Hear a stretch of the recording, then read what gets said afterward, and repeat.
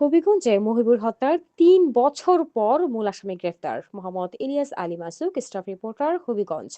৩ বছর আগে হবিগঞ্জে সংঘটিত আলোচিত মহিবুর রহমান হত্যা মামলার মূল আসামিকে গ্রেফতার করেছে police bureau of investigation PBI.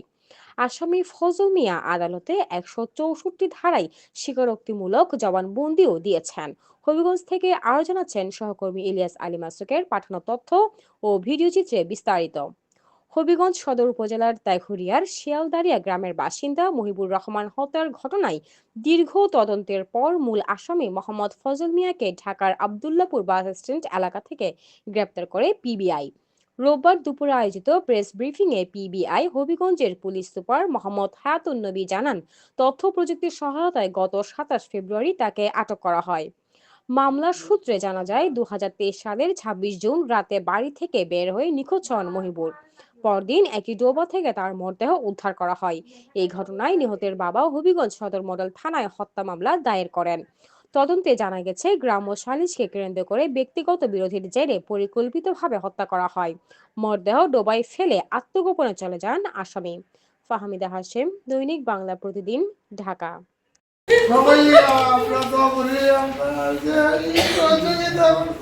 আমার পুত্রের ফাঁসির বদলা ফাঁসি চাই। আমার তো কথা কেমন শোনাবো।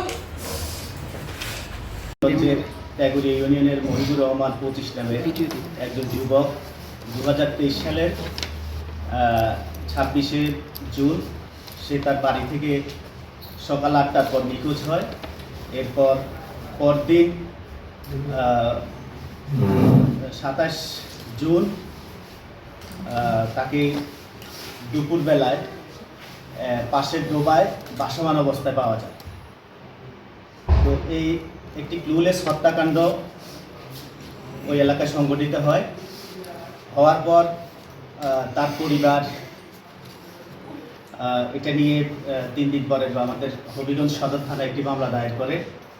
সেখানে প্রাথমিকভাবে কোনো আসামিকে শনাক্ত করা যায়নি।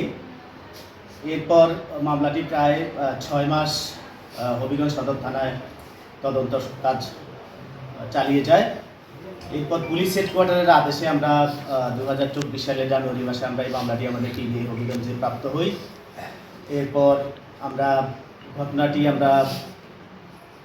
তদন্ত শুরু করি এবং এই ঘটনার পিছনে মূল রহস্য কী থাকতে পারে এবং কারা কারা এই ঘটনায় জড়িত আছে এই বিষয় নিয়ে আমাদের নিরবচ্ছিন্ন তদন্ত কাজ চলতে থাকে।